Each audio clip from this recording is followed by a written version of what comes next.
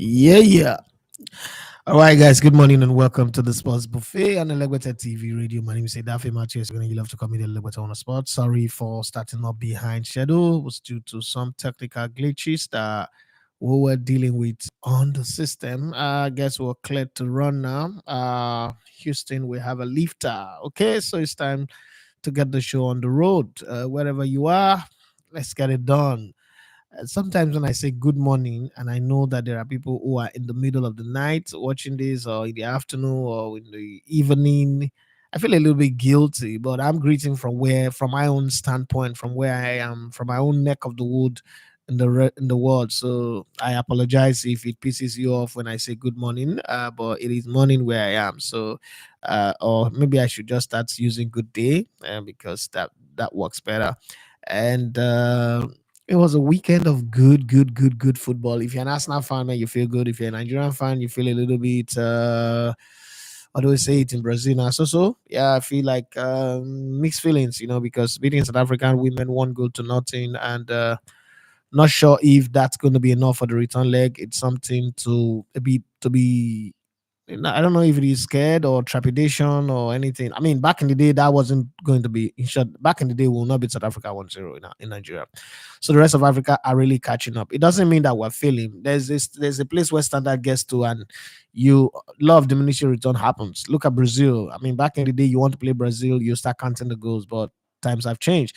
The Premier League table from last week, have evolved a lot. Some teams have falling off their perch. For instance, Tottenham are now in the top four. Almighty Aston Villa, even with a game in hand, okay, on Aston Villa, they are in fourth position. And if they win their game in hand, I mean by that I mean Aston Villa have played 32 games ahead of every other teams. Some teams have played 32 anyway, but there is still a team that have like two that played 30, Chelsea, and from being in 12th, sometimes 11th and 10th position, Chelsea are now just 4 points behind Manchester United. No, 5 points behind Manchester United. Now, what is shocking about this is the fact that Manchester United have been way above Chelsea for a while. And, you know, they keep leaking in goal, chipping in goal. As it stands today, Manchester United have conceded more goals this season than they have scored. So they are -1. I mean, this is Manchester United. This is Sir Alex Ferguson's Red Devils. This is the club that produced David Beckham, Paul Scholes, Dwight York, and the co. Ryan Giggs, George Best, Brian Robson, Gary Pallister, Dennis Iwin, Steve Bruce, Nemanja Vidic, Rio Ferdinand, Wayne Rooney, Michael Owen played for them at some point. Yeah. Carlos Tevez, Carlitos Way played for this team at some point. This team used to score loads of goals. And here we are. They are on -1 goal difference in the same league where Arsenal have plus 51 goals different. Liverpool have plus 42 goals different. Manchester City, who have taken over the mantle of leadership, who has taken over the responsibility of scoring goals, are plus 40. These are strange times, And you have Tottenham Hotspur, who are now plus 20 in a league that Manchester United is on -1. Father Lord. Even Chelsea, with all their bad season, they still have plus 3. They've considered 52 and scored 55. When you're conceding more than you're scoring, Jesus. And not just that position that changed. At the bottom side, Nottingham Forest played 32 games already. The good thing is the two teams below them, I'm not counting Sheffield. Sheffield is already, as far as I'm concerned, already relegated. Burnley and Luton Town have also played 32, so there is no game in hand. Even though Burnley, Nottingham Forest and Luton Town are 25 points apiece, meaning that they can still be sunk down into the pit of hell of relegation, and I hope they don't. But they seem to be doing well, just well enough to survive, and we'll see that Tottenham Hotspur really are fighting for that top 4 position. Somebody said that if Tottenham Hotspur make the Champions League next season, Angel Post Office should be giving the manager of the season. Now that's a as far as I'm concerned, that's the most disrespectful statement anybody wants to throw out. I don't know if you guys agree with that, but how would you give a club whose manager first off was manager of the month for the first three seasons, August, September, October, and then they are now struggling to make the top four, and then you say the season ends like this, it should be given the manager of the season. What sense does it make? First off, they name the best manager in the London award, and I'm like, why is he the best manager? You have Ateta there. What makes him better than Ateta in the course of the season? And the season have not ended; they just gave him that award, and I'm wondering about that already. And then the suggestion comes out that he should be given manager of the year. Like, oh, are you really serious right now? The Nigerian League, let's not forget, Enugu Rangers are doing just about enough to try and win the title the second time after the 2016. They've won it plenty times before, but they went 33 years without winning it. And then Imama Mapakabo helped them to win it. Now, one of the things that would excite me if they win this league title is Kamara. Okay, so if you don't know who Kamara is, that's Fidelis coach, Fidelis Ilechukwu, the former MFN coach, former uh, Plateau United manager, who's now gone to Enugu Rangers. And if he does win it, okay, in his first season with Enugu Rangers, I'll be very excited for him because I think he's one of the few managers who is an MPFL loyalist, who is also helped in improve the style of the league, the standard of play, the quality of football, and also groom young players. I mean, there was a time where players like Stephen Ode, Onu Chuku, what's his name? Onu, what's his other name now? And Olatubasu, Sikiru Olatubasu, and a host of other players that played under him, Gischad, Chateau Gischad, the defensive midfielder that came from Benin Republic, Abi Cameroon. I don't remember again, and all of those guys that played for him in MFM, and then also played to United. So always a manager who give you unknown players and turn them into players that play some very exciting and beautiful football. And I think I like that. And again, there's this conversation about the player of the season in the Premier League and in the English Premier League, and there is a whole lot of talk here, there, and even the best buy for the season, some people say is the guy that went to Tottenham Hotspur from Leicester. What's his name? Madison.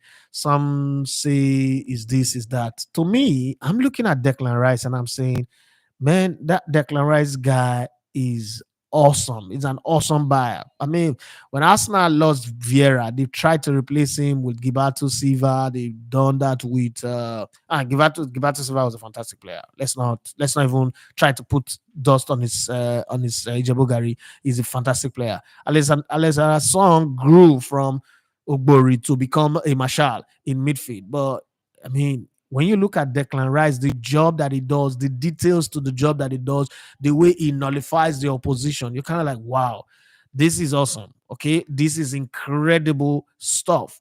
I'm caught between saying that he's, my best player of the season for the job he's done, but it's hard to pick it up. But let's cut to the crux of the matter. Arsenal are on top of the league again. And when you say top of the league, this is not top of the league like, oh, 10 points ahead, 5 points ahead of anybody. This is top of the league on goal difference. Okay. But Arsenal on top of the league. They are 71 points out of 31 games played. They've got 7 more games to go. Sorry, guys. 7 more games to go to the end of the season. 7 games to go, 21 points available. That's where it ends. 21 points. So you can only make a maximum of 92 points in this league as it stands right now. Now, Arsenal have like the most difficult set of fixtures going into the final games of the season. Man United all of a sudden have now become giant killer because they drew a game that they could have won anyway. But let's even take it that it's okay. It's okay with that. And why we talk about that, Arsenal's preseason fixtures are already beginning to line up. Man United and Liverpool are lined up to play for them to play after the end of the season. After Everton, it's got a game against Man United on the 27th of July. Then they've got another one on the 31st of July to play against Liverpool and Man United. But let's get that out of the fixtures. Let's look at Arsenal's next couple of fixtures. Okay. They will play tomorrow. They'll play against Bayern Munich at home. That game, there's a bit of arrogance of, oh, Arsenal would be the form that Arsenal are in right now. They should be able to beat Bayern Munich. And I understand. Somebody, in one forum where I was, somebody said if this fixture was against Bayern Leverkusen, would we be worried? Of course, obviously, I would not be worried. I would say Arsenal will beat Bayern Leverkusen, even with the form that they are in. But see, this is Bayern. Football follows traditions, follows pattern. There are certain teams that have experience at this level. We've seen Chelsea before have a terrible season, go on to win the Champions League in 2012. We've seen some teams struggle in their league season, but in the Champions League, they're fantastic.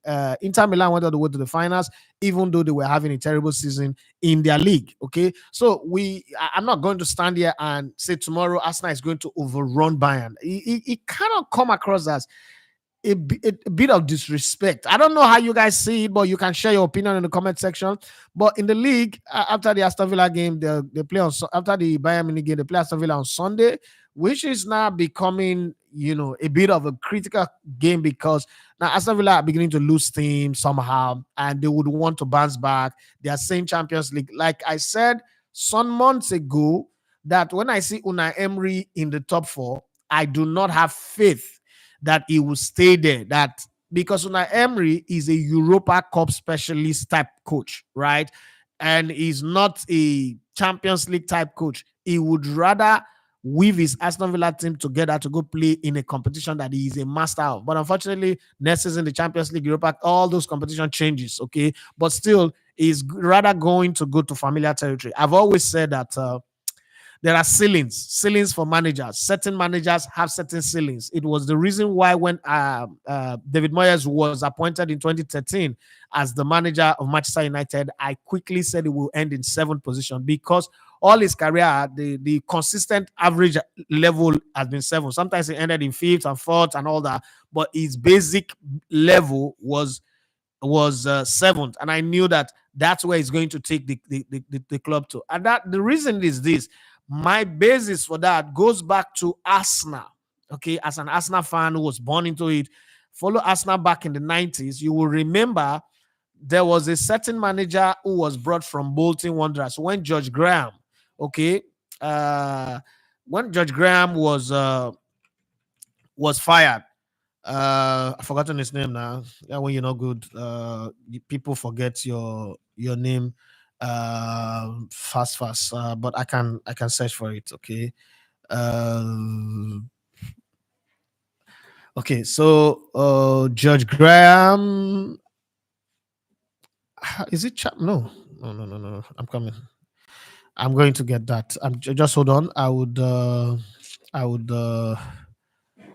I'll bring the list out. It's not going to take forever. No.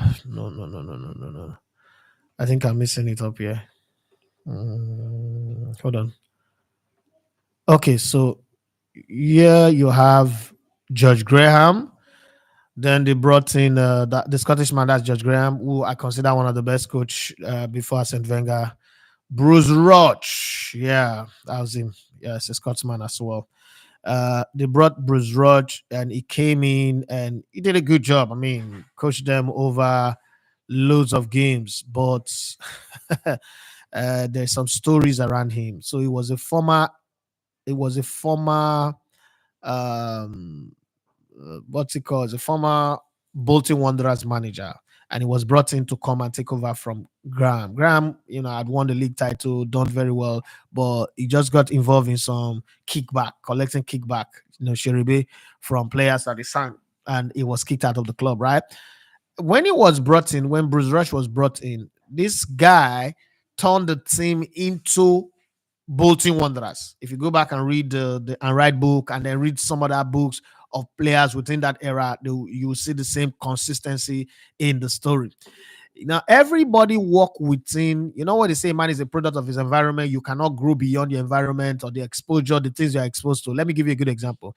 If you take me now and you put me in the Oval Office, the US, okay, put me in the Oval Office and then we start having conversation around foreign policies, around space projects, space programs and all that, I will fail because I have no idea. I've not been exposed.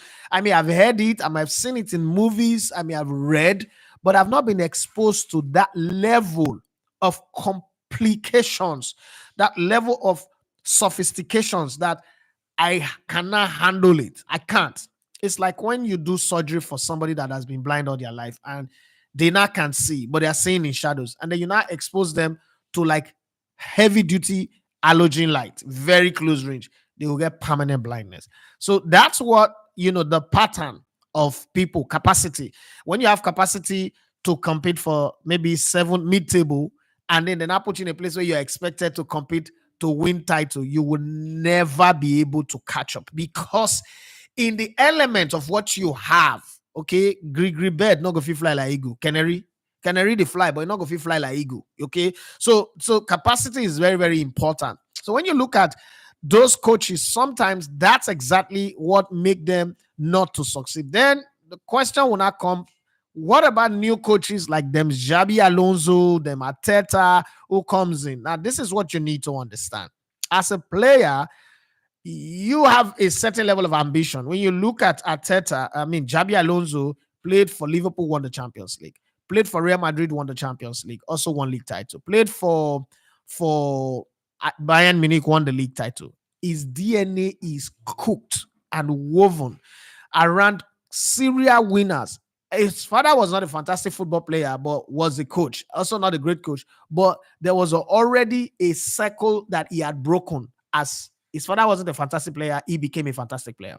His father wasn't a fantastic coach. He knew that when he becomes a coach, that's what he needs to beat. You know how when your competition, the greatest competition you can have, if it is within your family, that's allowed. Competing with outsiders or social media, that one is the one that I don't even understand at all. But you see, when you compete with your DNA, fantastic competition. Okay, I told you guys a story that growing up, there's only one person I want to beat in my life, my dad. But then I realized that I obviously can't beat him in a lot of things. I mean, that guy had 31 wives, 57 children. I'm not in his league. I'm not in his league. And he's traveled more. But I thought, okay, let me travel. And that's why I kept traveling. When I got to 60 something, I like, you know what? I'm not competing with this man. This man is dead. I have got my life to live. Live your life and just do your thing. But sometimes that thing just comes because it's a man's destiny is tied to his home. Okay, I'm just giving you that as an example. So when I look at Unai Emery in that top 4 position, I'll be like, nah, I don't think he would do it. He's done a great job in the league. He's done a great job in the season. I'm not going to sit here and judge him and say all sorts about him. No, I think that he's done an incredible job. But overall, I don't think if he doesn't make the top 4, I will be one of those who are saying, upon all the opportunities he had, blah, blah, blah, blah, blah, why didn't he make it? No. Rather, when I look at the English Premier League table and I see Unai Emery in 5th currently today, and I see Manchester United in 6th, I see West Ham in 7th, and I see Newcastle with all the squad that they have, all the players that they put, all the fanfare. What is good with Newcastle is they are no longer that team that their fans are crying and suffering. But you see this position that they are in, there's something called pretend rich. And church people in Nigeria know what I'm talking about. Pretend rich is when you behave like you are successful even when you're not. You behave like you got it, fake it till you make it, right? That's the kind of position that Newcastle are now finding themselves. It's a very dangerous position. The position between 13th and 6th is a very dangerous position. You're not winning anything. That's the position that Spurs used to be at. You're not winning anything. You're not achieving any success. Man City have experienced that position many times. As an Arsenal fan, we experienced it in the last 7 seasons or so. Some 7 seasons or so, you would understand. You're not winning anything. You're not qualifying for Europe. You just know that, you quick. Before the first half of the season is over, you've already reached 40 points. And then from that 40 points to not get the next gear, it's like trying to use a 32-wheeler truck to climb a mountain. You know how difficult that is if you've ever driven a truck before. So it becomes Achillean. When it's a flat road, they can boss it, they can wave you, shake you off, Dangote truck, all those things, they can shake you off.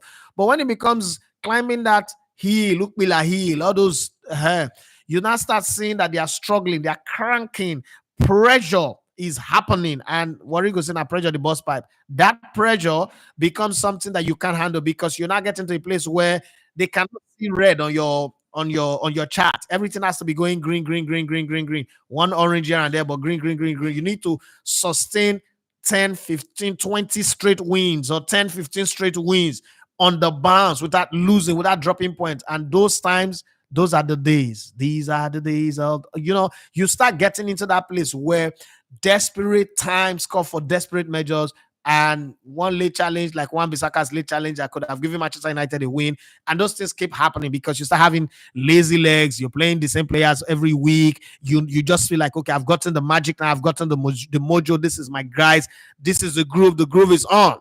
Like in the case of Xabi Alonso's Bayern Leverkusen, not to take anything away from them, but look at Bayern Munich, for instance. Imagine if Bayern Munich was in top form. You think that Xabi Alonso and all of this imperial, beautiful football will be winning the title? Obviously, the answer is no. But you see, the thing about it is, again, this is where when you've done your own part, you also hope that luck will play its part for you and help to thunder fire the opposition. You know, that kind of feeling where you're running smoothly and the guy that is chasing you so close, all of a sudden he's tired on boss or you don't get overheat, and then you are going and you are happy. Okay, nobody's as excited seeing their competition slip and fall. Forget all this. Oh, we want to be fair, we want to win fairly. If you want to beat the best, if you want to become the best, you have to beat the best. My brother, sometimes if as an Arsenal fan, I am sure that if you hear a breaking news today that Bayern Munich have been expelled from the Champions League, nobody go happy reach Arsenal fan. That straight up to the semifinals,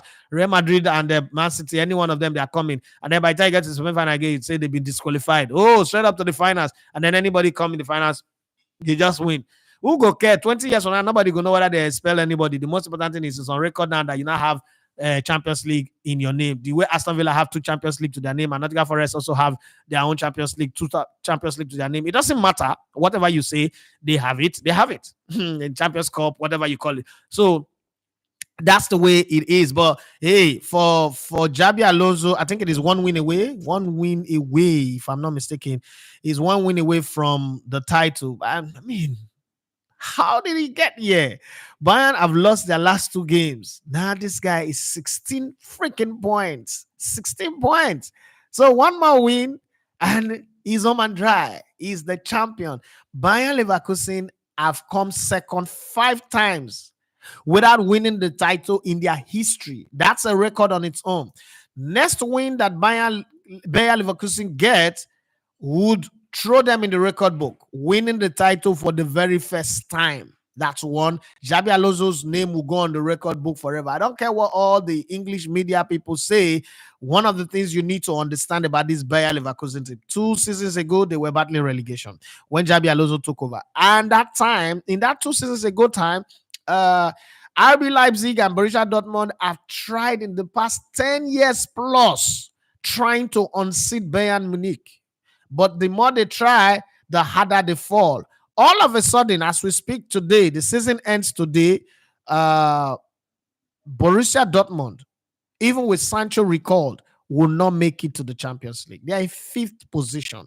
RB Leipzig would manage to make it because they are in 4th. Then you now have Stuttgart out of nowhere. VfB Stuttgart are in 3rd. And Bayern Munich are 16 points behind. And guess what? VfB Stuttgart can, out of nowhere, overtake Bayern Munich because they are only 3rd on goal difference. It's a long one, but if Bayern Munich keep on losing the way they are losing, and Stuttgart keep on winning, they might get to 2nd, and Bayern Munich will go to 3rd. This is the worst Bayern Munich team we have seen in forever. But let's not forget there was a time they weren't even playing in the Champions League when they beat Galatasaray team that had Zidane, Lizarazu, Vicente Lizarazu, Christophe Dugarry, Yuri Jokovic, and the rest in the finals of the UEFA Cup. So many, many years ago. People have forgotten all that, but it happened. Okay, so Bayern are not going to fall down to that. It's the investment in that club is so much that I'm not sure they're going to fall down to that. But hey, you never can say this one that in their last 5 games, they won only 2, drawn 1, and lost 2. What if they just keep losing? Okay, they keep losing and the others keep winning. Yeah, I know that they are 7 points ahead of RB Leipzig, but RB Leipzig have won 4 in 5, drawn only 1. Borussia Dortmund also are breathing back, are coming. They've won 4 in 5, lost 1. So there's a possibility. But I'm not wishing Bayern Munich that bad because they're my partners. They're the ones who believe in my project when nobody did. So I would always want them to win. But I'm happy for Xabi Alonso. If you have to describe Xabi Alonso, how would you describe him? That's the question. How would you describe what he's achieved this season, what he's done with his team this season? Oh God, what do I call it now? In terms of rating, in terms of classification, how would you classify this record. When Jose Mourinho came to Chelsea and won the title the first season, the 2003-2004 season, when he won it, it was called the impossible feat have been done because Chelsea have gone 50 years without winning the league title. Okay, and this is not a 50 years thing. This is Bayer Leverkusen have never won the the the German Bundesliga, not for once. Okay, not for once. Like, oh, okay, oh, they won it before the old one. Mm-mm. This club have never, ever, ever, okay, won the German Bundesliga, and they are 119 years old. 119 years old. On the 1st of July, actually, they'll be 120 years. This club was founded on the 1st of July 1904. So they are running up to 120 years. In that history, they don't have a Bundesliga title to their name. They have always struggled in the shadows of Bayern Munich and all the team. And it's not easy. There are teams, okay, that we grew up knowing in that team as well in the German Bundesliga that are no longer in existence. For instance, the co-owners of the Allianz Arena that have been kicked out. Okay, talking about 1860 Munich, they are now in the lower division. Those days, that's another conversation. But Xabi Alonso have come in, was appointed in October of 2022, and just less than 2 years, Jesus Christ, less than 2 years is taking them into realms unheard of. Not just competing for the title, but they've gone on to do it in grand style, unbeaten in all competition this season. Wow, what a season it would be if Bayer Leverkusen had to go on win the league title, go on to win the Europa. I know that Liverpool is still there, but go on to win the league title and win the Europa, and then merge it together, present it, and then next season they have to start afresh again. It doesn't matter. What Napoli and Osimhen and Spalletti did last season would be piece of cake compared to this, and it's going to be one of the most outstanding achievements in football's history. It's akin to when Jose Mourinho won the UEFA Cup and then the next season won yes, he won the UEFA Cup and then next season won the UEFA Champions League. I don't think anybody's matched that one since forever. Okay, and then you can add your comment. But let's come to the English Premier League now. It is City, Liverpool, Arsenal.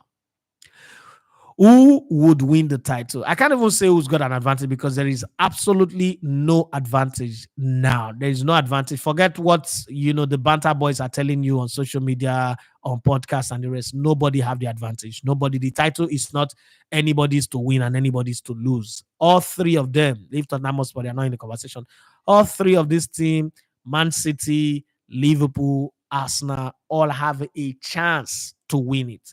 Who's the best team? Looking at all the players that they've had. For me, Liverpool's done incredibly well to not buckle under the pressure and the weight of the amount of injuries that they had, in the running of this season. To be able to sustain the run, even when they had up to 7 or 9 players out injured, but they were still shelling at the same grinding of result, winning, going. Okay, they may have considered more goals than you expect them, but hey, you can understand that they've not had the same set of players playing consistently like you have in Arsenal. And then, okay, for Man City as well, not been one of their greatest seasons, but I mean, how many teams do you know in world football comes back from a treble and still chasing another treble? Not too many. I don't know. They're still in the FA Cup, right? Okay, so they're still in the FA Cup. They're still in the league title. They're still in the Champions League.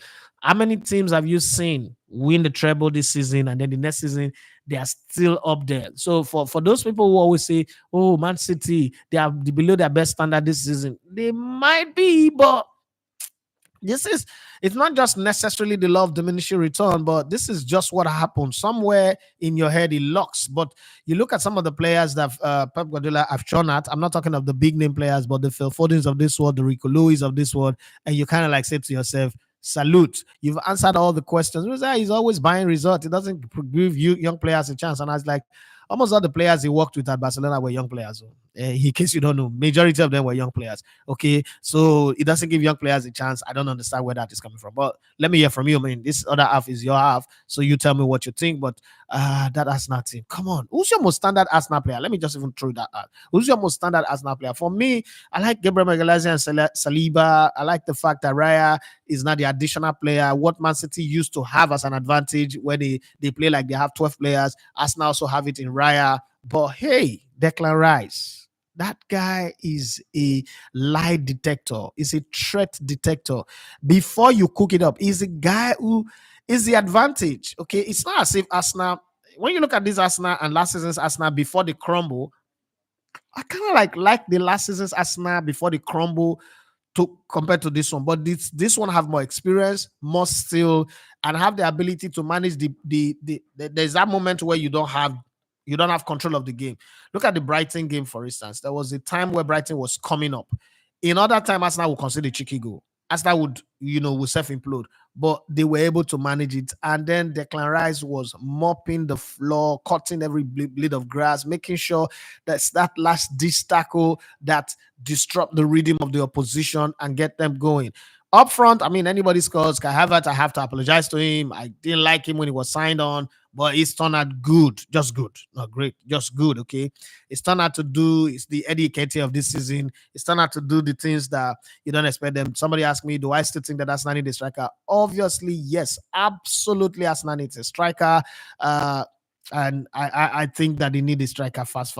I will go for Victor Gyökeres any day. Some people say Victor Osimhen. I don't think that's an Arsenal player. Anyway, Chelsea is more likely. And I will also hear that player plus cash offer for Victor Osimhen have been rejected by what's his name now, Aurelio De Laurentiis. If anybody knows the people at Chelsea, if you really want Osimhen, please go and pay the full money. That man will not budge. So don't deceive yourself. Be not deceived. Aurelio De Laurentiis is no more. Kadijala Fama, thank you very much for 10K. Appreciate, really do appreciate it. Thank you very much. Now let's go to your comment. It's 31 minutes on the show. Let's go to your comment and see how it goes. Lord Mayor say greetings, boss. Greetings to you. Lord Mayor say, boss, I did wait make Declan Rice see us through before I go make my own noise about Declan Rice. Okay. As Anagada say, chairman, Lord, Mona, they use this time when I just say type this chairman. Use and take contribute to the show now. It makes a whole lot. I mean, guys, think about it. There's no need all this chairman, all this I hail. It doesn't really work. And at the same hand, just use and type something that is good for the show. Okay, Lord Mayor say it be like say Nigerian League don't produce different winners in the last 4 years. Oh, yes, it has. Emmanuel C says, hello, my brother. How you doing? Demola Ibrahim Abiodun says, good morning, boss. Good morning to you. I think the penalty given to Liverpool is it's not a penalty. They have to make that gift Liverpool a point in that game. Well, I also said the same thing, but the circumstance, that's why they have VAR. Have VAR, did not check it properly. But again, you can also argue that it's a penalty because the coming together of Wan-Bissaka's leg on the second leg of the player meant that after the ball had moved away, which his leg didn't touch, and his leg didn't touch the standing leg, he could have had a chance to go further to pass the ball or shoot. So because he disrupted that, that's a foul. Because if that had happened in the center of the field, we will call it a foul. So I think that's where the argument is. It's a penalty, no matter the argument that people want to bring in. And then Ibrahim went on to say, as an Arsenal fan, I'm very scared of Bayern, even with their poor form, because they don't deal with Arsenal well in the past. But something that happens to this current Arsenal is that they know how to break records, like that City scoring at home since 2021, Brighton not losing at home since September, and this Luton scoring consistently in 18 straight games. I hope they get one over Bayern this time. I hope so too. I hope so. I really do hope so. Shodik Okpayami says, good morning, Elegbata. Good morning to you. Nice to be part of the show today. When I saw the EPL table yesterday, something in me feel like Man City would win it again, even though I prefer either Liverpool or Arsenal, LOL. You know the funny thing, I have said this before the first ball was kicked, and I'm still going to say it again. Man City will not win the title. Just as I predicted it was going to be between Arsenal and Liverpool, but Liverpool was my odds-on favorite because of the quality they have in attack, but I didn't foresee the kind of injury. I think that Arsenal have done so well. To the point now where I now want Arsenal to win because I'm an Arsenal fan. I want Arsenal to win because you can't have these two good seasons, and Liverpool fans will say, okay, we've had way more than that and we didn't win it. So what's the big deal? Yeah, for you, what's the big deal? But for me, I'm saying that you can't have these two consecutive good seasons and end up not winning it. Sometimes it kills the ambition of the players. I'm not really sure Arsenal is on the pathway to win the Champions League this season. So I'm not sure if they win it good. It does look history, a small, tiny history. I don't want to say it so I don't jinx it. A small, tiny history is working in favor of Arsenal, that Arsenal will win the Champions League. But that history, I'm pretending not to want to raise it up. It's not important. It's called the Kai Havertz history, right? So let's just even pretend like we're not even seeing it, because that might just jinx everything. Let's just focus and see what happens against Bayern over two legs, and then you go on to see what happens between either Man City and Real Madrid, and then if Arsenal crosses the semifinals, Arsenal win the Champions League. That one for sure. If Arsenal can cross these two high mountains of Bayern and either of Real Madrid and Man City, if Arsenal can cross it, anybody that comes in the final, Arsenal win it. That's I can beat my chest for. So it's up to them to cross this. You know how Jimmy Cliff said, "Many rivers to cross, and I still can't find my way." Right now, they have to cross these two rivers. For the league title, for the league title, I think Arsenal will beat. Okay, so this is it. Arsenal will beat Aston Villa. Arsenal will beat Wolves. You see that Chelsea that is conceding goals will be a problem. And the way the fixtures is set, after we play Chelsea at home, we might beat them all. We'll not go to Tottenham away. This game, what will make this game critical is the fact that Arsenal might be in a position to deny Spurs an opportunity to make the top four. But Spurs would also be in a position to deny Arsenal a chance to win the league title. And nothing would sweet Spurs more than stopping Arsenal. So Arsenal will need to, call on everything that they've got. After the two leg against Bayern with Aston Villa in between, 3 cup finals, they would take a breather with Wolves, which they will win, maybe 2-0. Then there's the Chelsea game. That game is going to be critical. And then there's the Spurs game. From there on to the end of the season, it's crazy. There's going to be the semifinals of the Champions League if they make it through Bayern. Then there's Bournemouth, which is an easy one. Then there's Manchester United. Make no mistake about it. Second to the last game of the season. At that time, it depends on the mood. The mood is if Arsenal is still chasing the title, Arsenal might win it on May 11th. And then on the 19th, which is the final day, what a way to win the title if you go and beat Everton at home. God. I want to say photo finish anyway. I don't want the title won before the last game. I want to say photo finish. I want everybody tense, sweating on their seat, everywhere. Everybody's panicking. Let Man City be in the title race. Let Liverpool be in the title race on the final day. Everybody chasing it. Okay. Everybody, you need to win. Everybody needs to win, and then we see what comes out there. Who wins it, whether it's good difference, whether it's 1 point, whatever the margins are. I want to see that. As an Arsenal fan listening to me right now, you'll be cussing me like this guy be idiot. Yeah, I know, but hey, that's what I wish to see. I don't know what you wish to see anyway. Tell me what you think. Abiodun Ibrahim said Sporting Lagos cannot get even a point in their away games anymore, and I think that might really affect them. I'm not a fan of Sporting Lagos, but it will be bad if they get relegated. It will be bad. The club might fold up if they get relegated. So I don't want that to happen because it will affect something. I think that they focus too much on noise than really get the work done. And there was a window where they delayed in their signing of players. I think it's getting to them now. The energy of the team have been depleted. I don't know what's happening, but they need to work very hard. And then I'll be able to say, boss, who do you think is going to win the MPFL because it's getting tough at the top? I think there are 2 teams that I really want to win the league. Rangers number 1, Remo Stars number 2. Remo Stars because they're a private club and it will boost other private clubs to want to participate and get involved in the business of club ownership in Nigeria.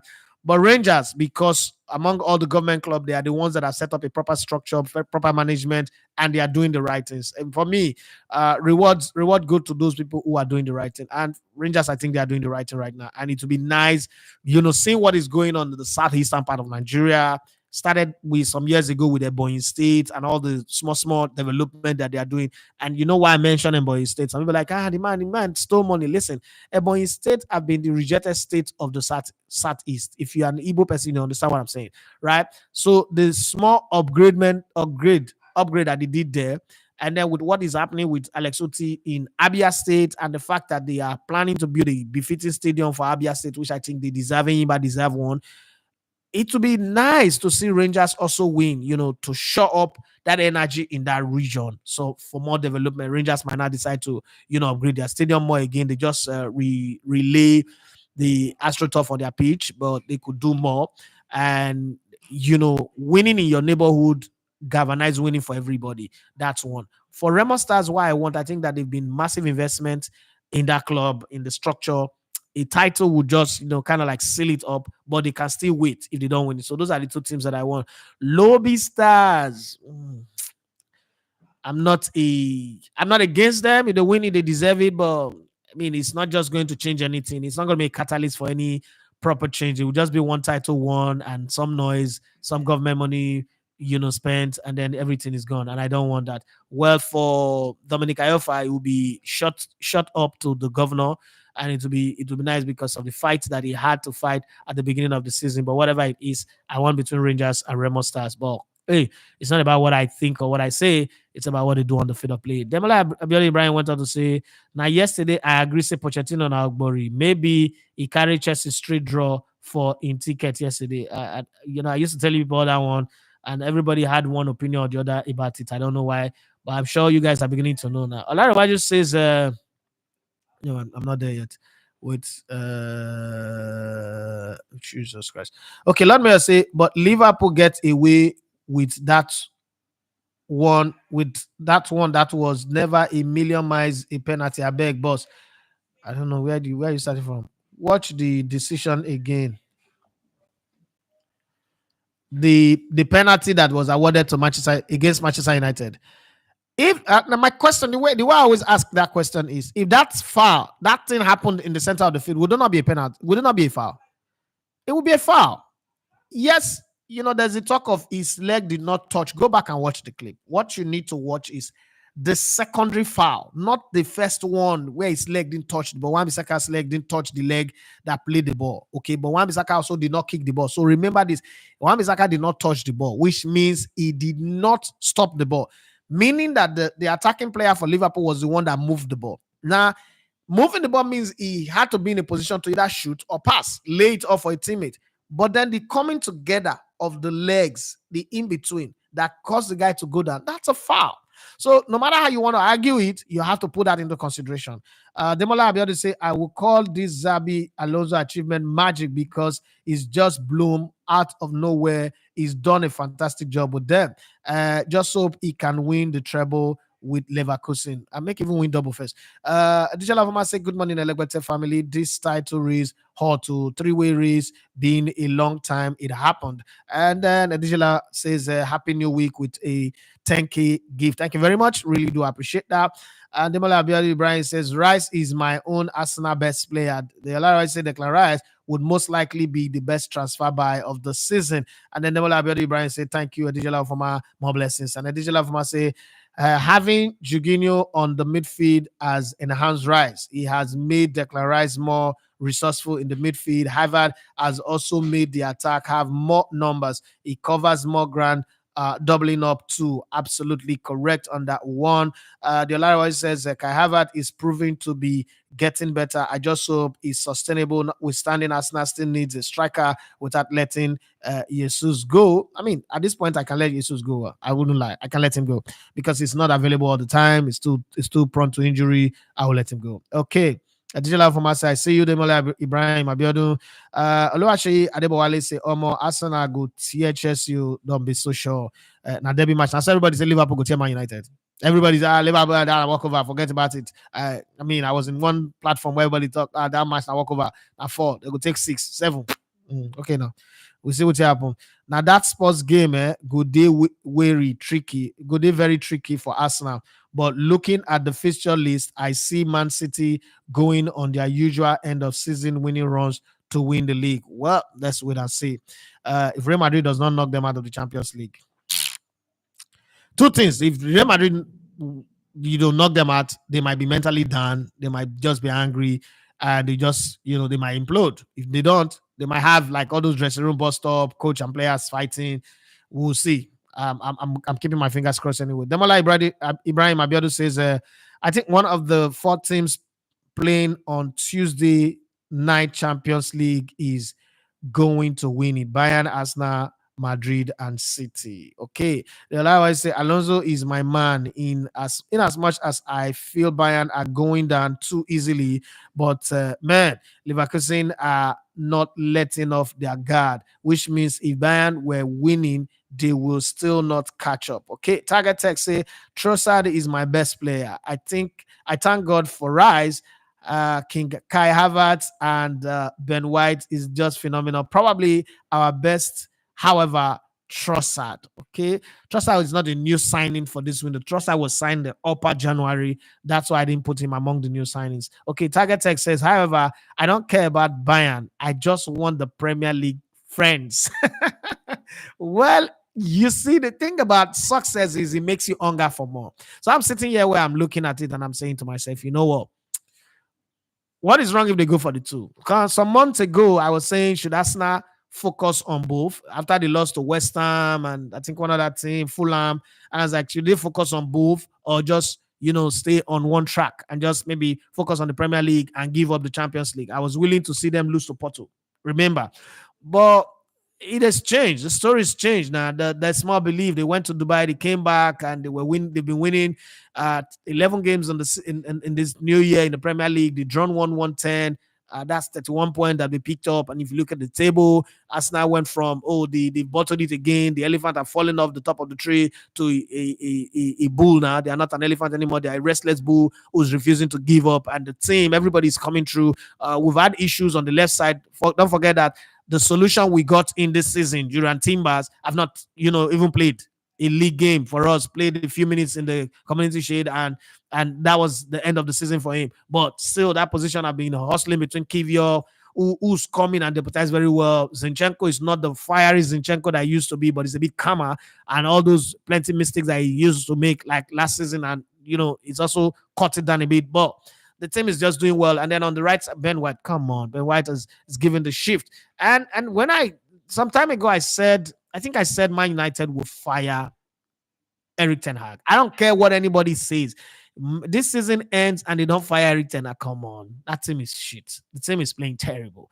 And when I did last week, I did one assessment and I said, look at the number of players that they will need to move, shift for Eric Ten Hag to be able to play the system that I think it was Johnny Gaffer who commented that this is the system he wants to play, but the players he have are players who are up for counter-attacking football. And we look at the team and it's like, you see what Arteta did with Ozil and Aubameyang. That's the kind of thing I expect Eric Ten Hag to do with Rashford. I don't care. And people will say, okay, those guys were not English players, so it's different. But you've got to do something that is drastic. People needs to know that you are in charge. People needs to know that you are not a dummy or Humpty Dumpty that just sitting on the wall that will have a big great fall and all your head will crack up. You have to do something drastic. You have to show comfort. That's what I like about Pep Guardiola.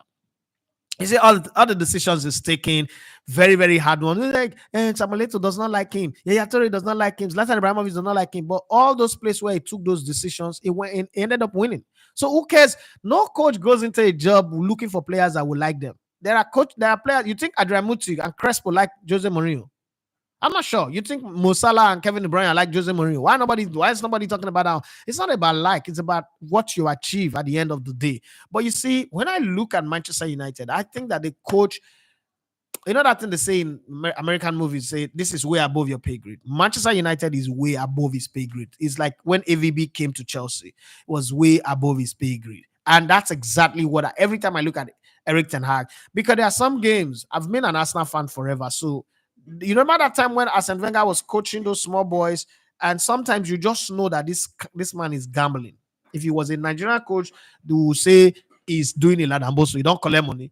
There are times when, and I've seen a lot of interviews. There's one interview where Arsene Wenger was saying he had to. Oh God, Arsene Wenger, God, it not go better for you. True to God, it not go better for you. The man said he had to play the young players, give them a chance instead of giving older players a chance to win. So he chose to grow young players. Now, what's the benefit of those young players? And then every Mumu out there that wants to defend Wenger is like, he built a stadium for the club. Like, that's like the dumbest thing I've heard people say. He built a stadium for the club. Do you know what that means? Like, do you know how that make you look like when you say it? It make you look like anybody who says that thing. You say, but it was written in a book. I say, if they even Bible self, would they argue against Bible? Like that, this thing is a lie. I mean, haven't we woken up to now realize that Jesus is not a white man? Okay, so we argue this. He's written in his book because it's written in his book because he chose to lie in his book means that it's true. Oh, you know, but hey, it is what it is. And sometimes when I look at EVB, ETH, like this one, you don't know what to do. Well, let's keep it going. Let me just say, Omar, as an Arsenal fan, I think I've read that one. The other one say both League and UCL are going to be a long shot for Arsenal. Will they keep up the run against a team like Liverpool? Their records in the past says otherwise. I wait to see if they would do the unthinkable. Now, let me ask you this question, the other one, Drew. Their record in the past versus what you've seen this season. Have they not remedied those records, those places when they drew against Man City? Everybody expects them to crash because they have the last 10 games syndrome. But they've gone on to beat Luton 2-0 by rotating the squad, something that Arteta never does. Then they came to play against Brighton, who doesn't lose at home. Luton, who's gone on 18 or so games, scoring in every game. They shut them out. Not only is Arsenal winning games, but they are doing things that Arsenal normally does not do. Arsenal have the knack of conceding goals. That's the thing that Manchester, Chelsea, Man City, and Liverpool are doing regularly now. Arsenal have learned how to shut people out. Arsenal have also learned to win a game by not playing well. Against Luton, they didn't play well. They were horrible in their play. Their passes were misplaced, but they made sure they didn't concede. Now, that's a beautiful part of the Arsenal team. So if you're going to judge them by the fault of the past, you should remember also and give them credit for the improvements that they have brought into the squad that have changed the history of the past, the things that are negative about their past that you cannot align with the current and say, okay, in the past when they were not doing well, you could have sat down where you are and say, I wish they could do this, they could do this, they could do this. All of those things you wish they could do, they are not doing now. And you're still thinking that, oh, they will not be able to handle it. I mean, I'm going to struggle with that, but hey, it is what it is. Everybody would have it the way they see it. Johnny Gaffa said, good morning. I joined late. Have we spoke about Onyedika? No, we haven't. I was thinking maybe tomorrow.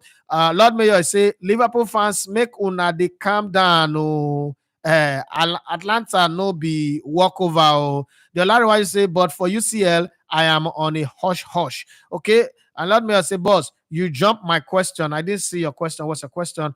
Okay. Almost as an Arsenal fan, the tension is of these three teams, this title race. So I'm not seeing your question. I don't know if you can. Maybe you can type it again. I've not seen the question, so I don't know.